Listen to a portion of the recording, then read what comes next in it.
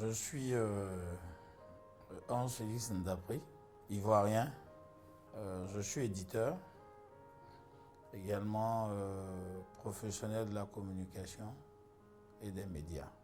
L'expérience du SILA nous a amené à faire du facteur clé de succès de cet événement-là, la population scolaire. La population scolaire, en ce sens qu'en Côte d'Ivoire, nous sommes aujourd'hui autour de 7 millions. La population scolaire primaire et secondaire.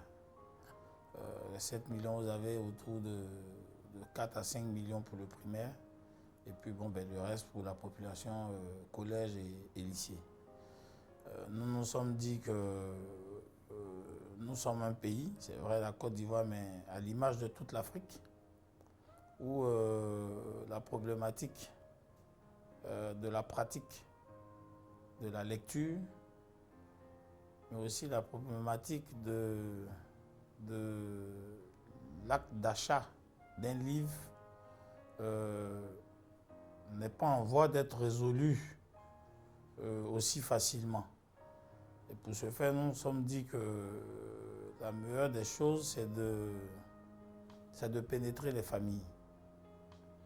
C'est de sensibiliser sur la nécessité pour les familles de prendre leurs responsabilités, donc le père et la mère, afin d'inscrire le livre au cœur de l'éducation de l'enfant.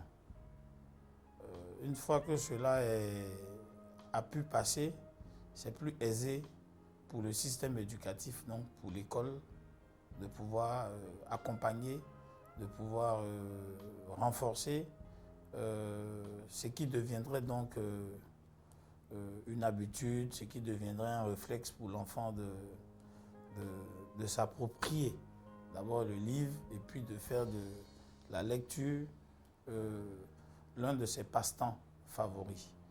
Et donc quand on a un événement comme ça autour du livre, tel que le Salon international du livre d'Abidjan, vous avez plusieurs publics. Et nous avons focalisé donc, notre stratégie, comme je l'ai dit, prioritairement sur la population scolaire et estudiantine.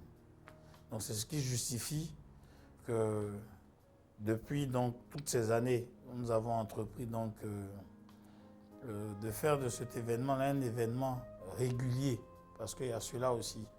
Il faut l'inscrire dans l'agenda national, dans l'agenda international des événements autour du livre. C'est un défi que nous avons pu relever, c'est un challenge que nous avons pu aujourd'hui relever, ce qui permet aujourd'hui d'intégrer dans nos réflexes, dans nos mentalités, dans nos rendez-vous culturels et littéraires, que le mois de mai est dorénavant le mois du livre en Côte d'Ivoire, parce que c'est le mois qui abrite le Salon international du livre d'Abidjan, et vous verrez que tous les autres secteurs d'activité, tous les autres événements, par souci d'abord, je veux dire, de peut-être solidarité, mais aussi ne veulent pas prendre le risque de venir insérer un autre événement à cette période-là, parce que the place to be au mois de mai, c'est le Salon international du livre d'Abidjan. C'est déjà pas mal que les gens, ces populations viennent au Salon du livre. C'est déjà un indicateur de popularisation du livre, mais c'est aussi une façon de décomplexer toutes ces personnes. Pendant peut-être longtemps, ou bien dans l'entendement populaire, le livre a souvent été perçu comme ce petit bien de luxe, ou bien ce bien qui est destiné seulement à une élite, à une population hyper lettrée. Donc quand tu parles de livres, tout de suite ça pourrait déclencher certains freins. Pour dire quoi? Que ça c'est déjà pas mal. Ensuite, le niveau, la qualité de l'expression, tant orale qu'écrite de nos populations, c'est vrai que le niveau a baissé. Le niveau a baissé, les raisons sont multiples, les responsabilités aussi sont partagées.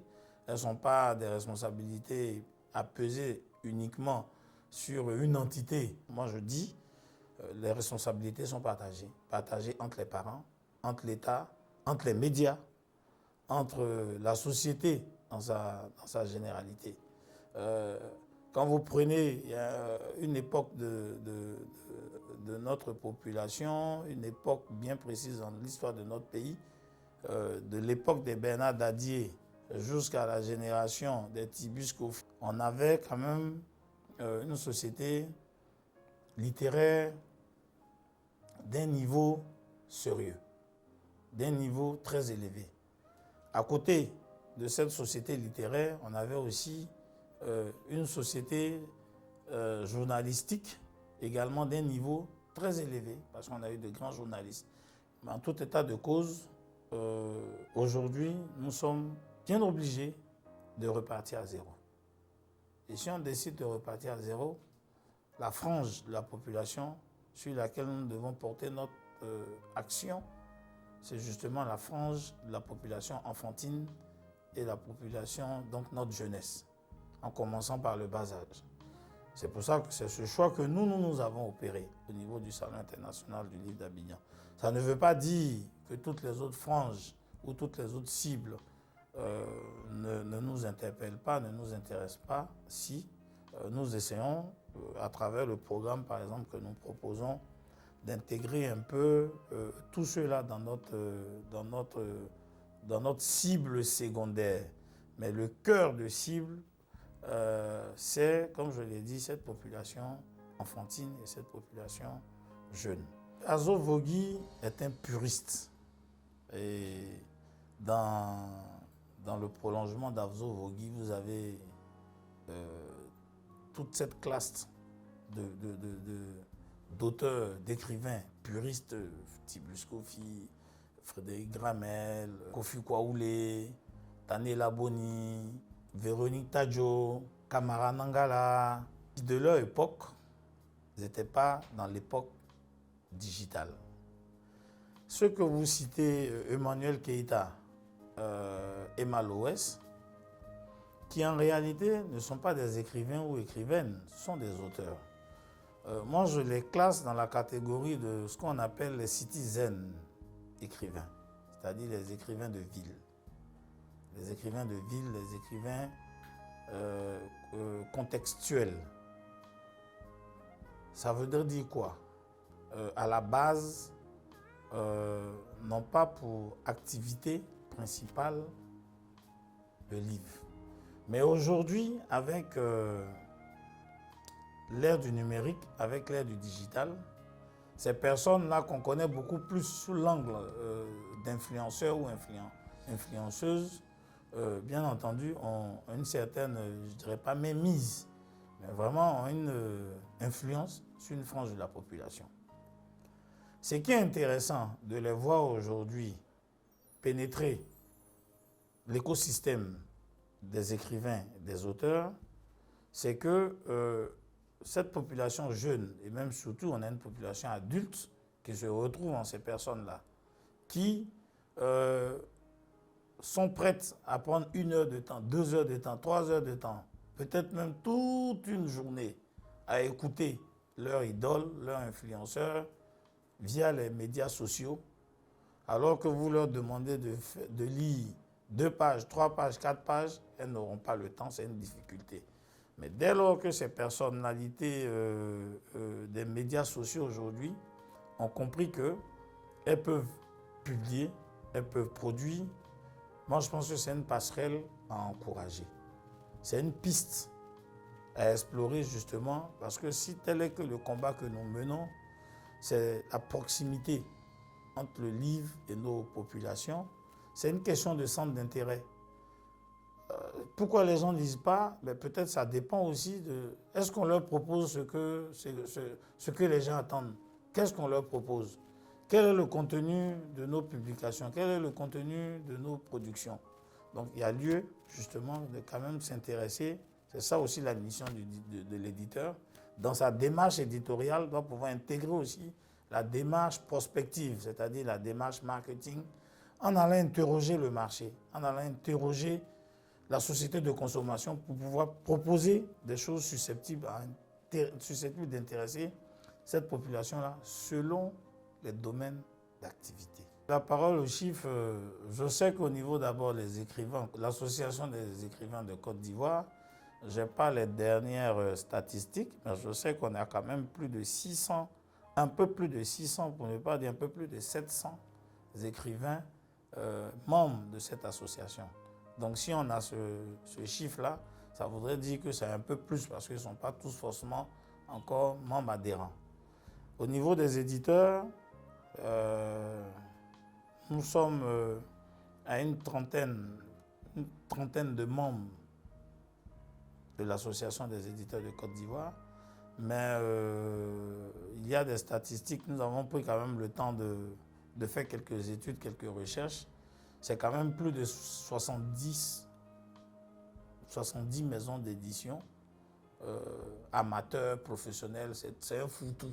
Donc parmi ces 70 opérateurs, franchement, vous allez trouver, j'ai envie de dire, 30% qui font vraiment de l'édition professionnelle. Voilà. Et ça aussi, c'est pour expliquer que ça soit l'édition, que ça soit même être écrivain, être éditeur, être libraire, être imprimeur, être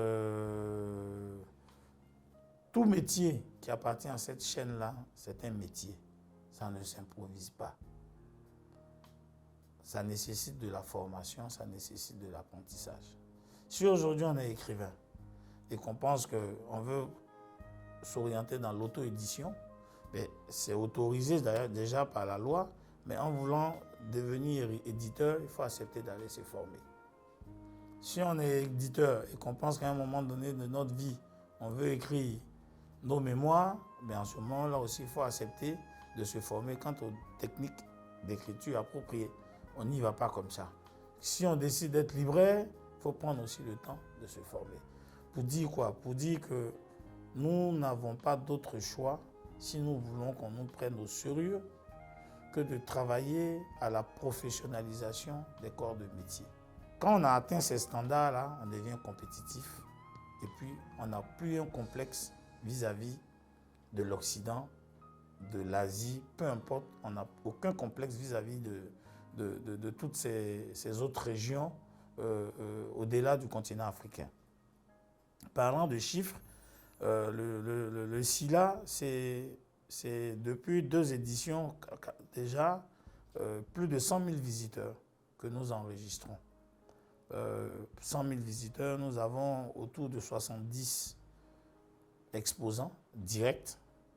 Quand je parle d'exposants directs, c'est des maisons d'édition, c'est des fondations, c'est des entreprises, c'est des bibliothèques, enfin, tous ceux qui interviennent dans la chaîne du livre, qui viennent participer directement à partir d'un stand d'exposition.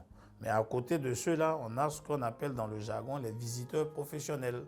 Le salon du livre, le SILA, c'est 5 jours, du mardi au samedi. Et sur les 5 jours, c'est à peu près 100 millions de revenus en termes de vente directe de livres.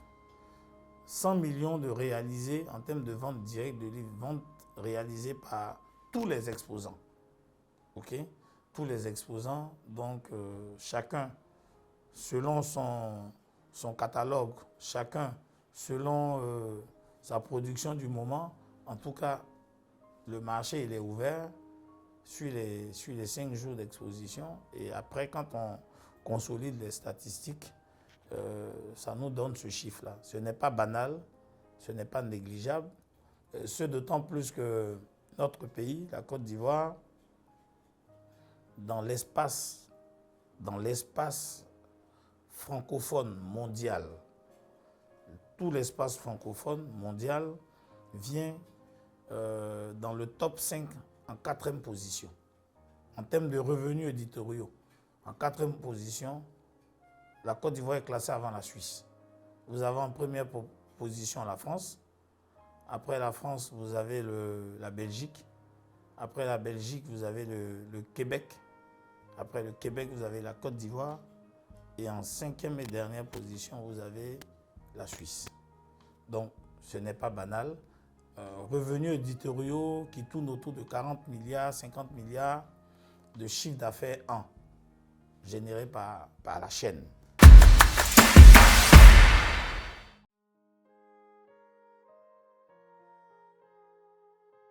Vitalité.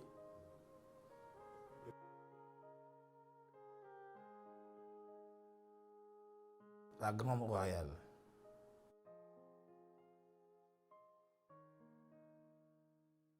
Modèle de combativité.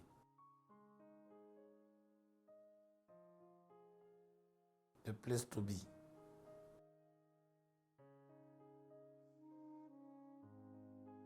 La touche internationale.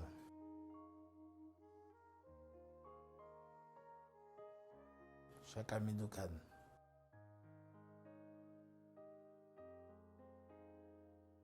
René Gédéti.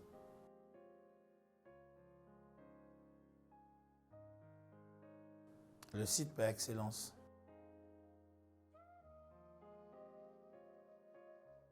Modèle d'entrepreneuriat.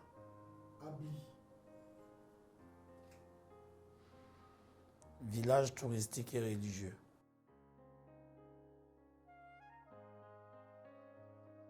Passionné de la Côte d'Ivoire.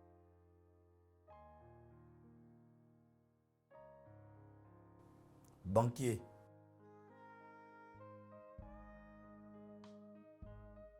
Opposant historique.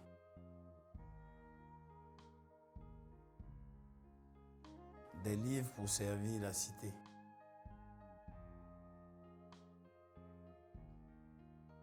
Ma maman.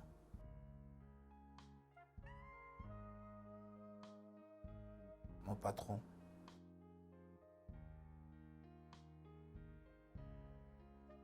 C'est un péché.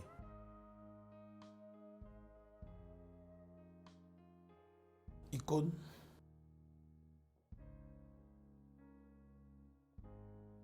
Unique et illustre.